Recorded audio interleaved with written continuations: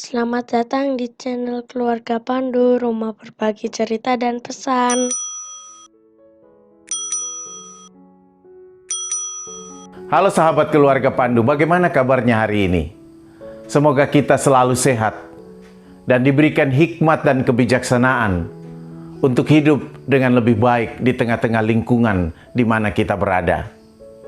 Mungkin benar kata Abdur Arsyad, komika Indonesia, juara 2 Suci 4, bahwa orang Indonesia akan lebih peduli kepada alam dan lingkungannya jika ciptaan Tuhan seperti tanaman dan pohon-pohonan dimasukkan dalam kartu keluarga orang Indonesia sebagai bagian dari daftar keluarga.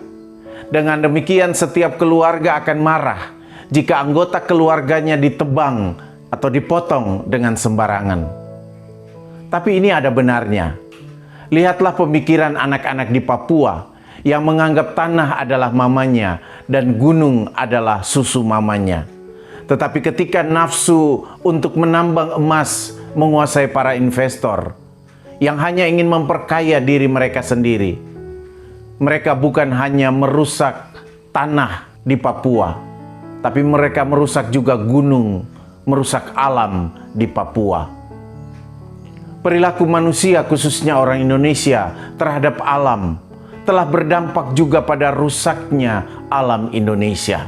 Beberapa bencana alam yang terjadi beberapa waktu akhir ini di Indonesia, seperti banjir dan tanah longsor, dan dampaknya masih terasa sampai saat ini, tidak bisa dipisahkan dari perilaku orang Indonesia terhadap alam mereka. Banyak orang mengatakan bahwa manusia suka membuang sampah ke sungai, ke laut, dan sekarang ketika terjadi banjir, laut dan sungai mengembalikan sampah-sampah itu kepada manusia. Di tengah situasi seperti ini, manusia hanya bisa menunjukkan ketidakberdayaannya menghadapi bencana tersebut. Manusia bahkan menjadi korban baik dalam bentuk materi maupun nyawa menghadapi murkanya alam dalam kehidupan manusia. Itu baru banjir dan tanah longsor.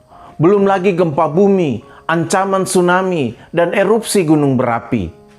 Manusia sama sekali tidak berdaya dalam menghadapi semua peristiwa tersebut. Manusia hanya bisa memperlihatkan ketakutan dan ketidakberdayaannya. Sayangnya manusia sering menunjukkan sikap tidak mau belajar dari setiap peristiwa bencana tersebut. Masih banyak orang yang belum mau mengubah sikapnya dan perilakunya dalam berelasi dengan alam dan lingkungannya. Manusia masih saja suka membuang sampah sembarangan dan mengotori lingkungannya. Sudah diingatkan agar jangan menebang pohon sembarangan, merusak lahan, membangun rumah di wilayah yang rawan longsor. Manusia masih saja terus melakukannya. Mungkin karena manusia sudah terlanjur terhipnotis dengan ajaran agama bahwa manusia adalah penguasa atas alam ini.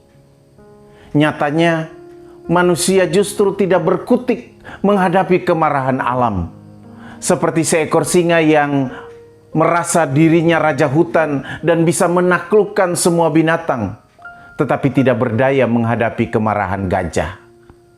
Para pengajar agama yang suka bicara tentang kedikjayaan manusia, tentang kuasa manusia di tengah-tengah dunia, di tengah-tengah alam dan lingkungannya, harus mengubah pola pikir mereka, lalu menolong manusia untuk sadar bahwa mereka sebenarnya tidak lebih hebat dari alam. Sebagaimana alam yang sudah memperlihatkan ketidakberdayaan manusia, sekarang virus COVID-19 juga memperlihatkan dan mempertegaskan ketidakberdayaan manusia, memperlihatkan rapuhnya diri manusia. Untuk itu manusia harus sadar bahwa manusia bukanlah penguasa atas alam. Manusia adalah sahabat alam. Manusia adalah mitra alam untuk memuliakan Tuhan Sang Penciptanya. Manusia lupa bahwa dia diciptakan serupa dan segambar dengan Allah. Itu berarti manusia harus juga memperlihatkan bagaimana dia merawat dan memelihara ciptaan Allah, sebagaimana Allah juga memelihara dan merawat ciptaannya. Untuk itu, hentikan pamer kekuasaan manusia atas alam. Jangan lagi memanfaatkan alam semata-mata untuk kesenangan dan kepuasan diri manusia sendiri. Jangan jadikan alam hanya sebagai objek pemuas nafsu hedonis manusia. Rawatlah alam, cukupilah hidup manusia dari alam dan jangan berlebihan. Jangan kotori sungai dan laut dengan sampah-sampah manusia. Jangan kotori lingkunganmu dengan sampah-sampah dari sisa-sisa nafsu kesenangan manusia. Ajarkanlah anak-anak untuk lebih mencintai alam dan merawat lingkungannya. Orang tua, jadilah contoh untuk anak-anak. Agar di masa depan, anak-anak bisa lebih mencintai alam dengan lebih baik dari orang tua, dari kakek neneknya. Agar di masa depan, anak-anak semakin sadar bahwa kalau aku merusak alam, maka aku merusak kehidupanku sendiri. Kalau aku merusak alam, maka aku merusak keluargaku sendiri.